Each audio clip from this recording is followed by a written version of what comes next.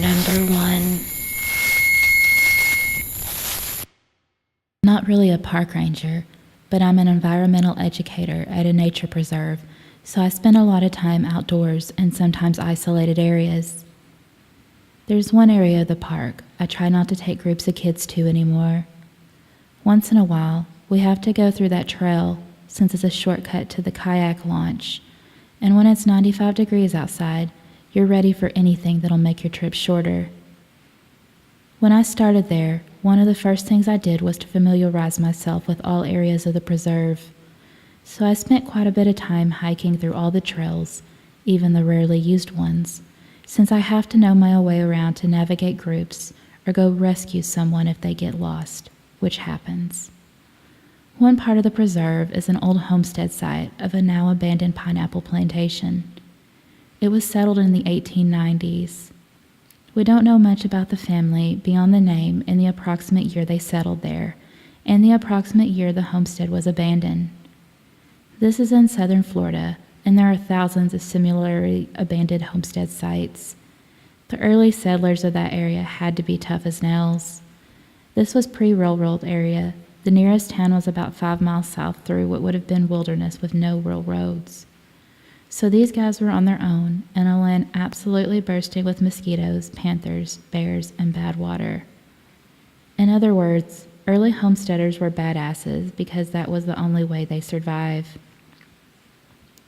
There is a narrow trail through what was once the homestead site. On one of my first days, I decided to trek through there. I got about a half-mile in when I started to get some weird vibes. I've always been sensitive to my surroundings, and I've spent enough time in isolated natural areas to know that if something doesn't feel right, it probably means your instincts are picking up on something you should pay attention to. Usually this means your brain is picking up on minute movements on the ground that indicate an unfriendly snake may be nearby or another animal you don't want to confront. While the panthers are nearly gone, we've got aggressive wild boars and bobcats that freely roam. So I stopped dead in my tracks and let my mind go quiet, looking around carefully for any warning signs. There weren't any, and I didn't see any recent tracks, but the bad vibe feeling was still there. I shrugged it off and kept going, the trail getting narrower, and the bad vibes kept growing deep in my gut. I felt I was being watched and followed. Now, this is an isolated area, so the possibility that a person was following me was remote, but possible. I stopped every few meters, but there were no sounds. Actually, none at all. Not even birds. I started to sweat, and my heart started to race. One thought kept echoing in my mind. You are not welcome here. You are not welcome here. Turn around. You are not welcome. Well, fuck that, I thought. Just jittery from nervous new job feeling, I thought. I came to a bend in the trail and I stopped. My feet would go no further. In my mind, the phrase got louder and louder. You are not welcome here. You are not welcome here. I heard a crash coming from behind me, but when I turned to investigate, there was no one. Not animal, not human, nothing. The vegetation was sparse enough I would have been able to see something. I turned around and left. I put it down to nerves or me being a wimp or something, and sort of forgot about it. About a month later, I'm taking a camp group through to the kayak launch, where our kayaks await us. I decide to take the kids through the narrow trail to save us about 10 minutes. We get to the same bend of the trail, and the kids have gone silent. These are 9-year-olds in summer camp. They are not silent. They're never silent. I look behind me to one kid who looks as though he's scared shitless. I don't like it here, he said. Why not? I asked. He looked me dead in the eye and said, I feel like we shouldn't be here. I couldn't turn around at that point, so we hustled to the kayak launch and all was well, but we were all a little on edge. I took another group through the trail a week later, and again the kids were silent at that bend in the trail. For that whole summer, whenever I took the shortcut, kids would get silent and I'd get those bad vibes. I try not to go down that stretch of trail anymore if I can help it. Obviously, this is nothing more than a gut feeling on my end, but only a few other times in my life have I had a gut feeling about a place that strongly.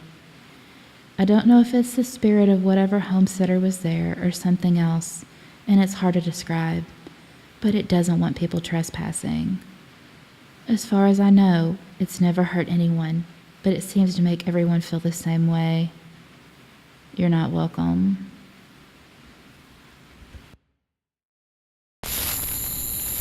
Number 2.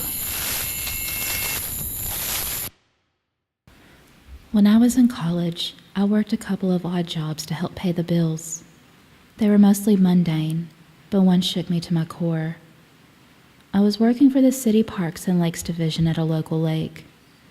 It was a job that did involve some hard work, cleaning and repairing the boats and motors, but also had more than enough downtime. Whenever there was no work to do, my coworkers and I would sit around in the shade of the dock and talk. When I first started, it was mostly the other guys telling me stories about the lake. Most of them were your run-of-the-mill fisherman stories, but there were a few with a much darker feel. It wasn't long before I started to have my own odd encounters in the park. I split my time working there between the boat dock and working night security in the campgrounds. One night, as I was driving the work truck around the lake into the campgrounds, part of my hourly patrol, I saw a pale blue light just above the road, probably 100 feet in front of my truck. As I got close, the light grew in intensity. Then, when I was about 30 feet away, it took on a smoky appearance and dissipated in the night sky. That incident was definitely odd, but not all in a scary sort of way. The next 2 incidents I had during the night shift, which led to me refusing to work the night shift anymore, were definitely more disturbing and physical. Maybe a month after I saw the floating light, I was driving down the hill from the campground back to the lake when I saw a man run out of the bushes. He was dirty, terrified, and wearing only his underwear. The first thought I had was that he was on drugs. The campground was cheap, so we did get our fair share of homeless drug addicts. I quickly realized that wasn't the case, however. The second he saw my truck, he came running towards me, clearly not looking to hurt me, but rather for me to save him. When he was still a few yards away, I was going to open my window to ask what was wrong, when suddenly I saw a second person run out of the bushes. This time it was a woman. Her t-shirt was torn and dirty, her legs scratched from running through the brushes without pants on. I was confused to say the least, but the confusion quickly turned to anxiety when I saw that she was carrying a large knife. Obviously, this is what the man was running from. He didn't seem to notice her at first, so I motioned to the passenger door, hoping he would get it so we could drive off and call the police before she got too close. As I was motioning to him, that's when he spotted her. He looked me in the eyes, and I could tell he knew he should run to the truck, but I watched as the panic overtook him, and he ran. The woman chased after, both heading across the road down into the brush towards the lake. I drove off to the park ranger station and called the police. I could hear the echoes of the man screaming and the woman's yelling. I talked to the police after they handled the situation. The man had been stabbed, but he would live. I went home, obviously shaken. 2 months after that, I was driving the truck through the campground, and I saw what looked like a military-style duffel bag hanging from a tree. The closer I got, the more definition the shape took. By the time I was at the campsite, I already had the police on the phone. I could hear the wife sleeping in the tent, but I decided I would let the police wake her and inform her that her husband had hanged himself. I never worked the night shift again. I thought if I worked strictly during the day on the boat dock, all this would stop. But I was wrong. I did work an entire summer without incident, but it was in the winter that it happened. It was a cold winter, by San Diego standards at least. Many times my shift would start before the sunrise, having to get the boats ready for all the fishermen coming in the early morning hours trying for trout. One particular morning, I got to work around 5 a.m. It was cold, in the mid-30s, with frost still on the ground. I walked straight onto the dock and into the shed we used as a workshop. Most of the mornings, the only employees at the park were me, a young woman who worked the concession stand, and a park ranger. Often the park ranger would come down to the dock about 20 minutes into my shift to make sure I had everything I needed. On this morning, I was inside the workshop with the door closed, space heater on, and was working on a broken motor. I could tell when another person walked onto the dock because it would make the whole dock bob slightly in the water. I felt the dock rise and fall beneath my feet and kept at my work, assuming it was just the ranger. I could tell the footsteps went up to the door, paused for a second, then continued downwards towards the end of the dock. After about 5 minutes without feeling the footsteps return, I opened the door to see what the ranger was up to. I looked to the end of the dock, and no one was there. I assumed I must have mistaken the slight waves of the water for footsteps, but noticed the water was smooth as glass, and that all the boats were still tied up. I took a step out of the shop to get a better look, and could hear the crunch of frost under my feet. When I looked down, I noticed that there were 2 steps of footprints. One was mine, going from the shore straight to the shop. The second went past the shop, down the edge of the dock, and then stopped. There were no prints going off the dock. I turned and saw the ranger walk towards the dock down the shore.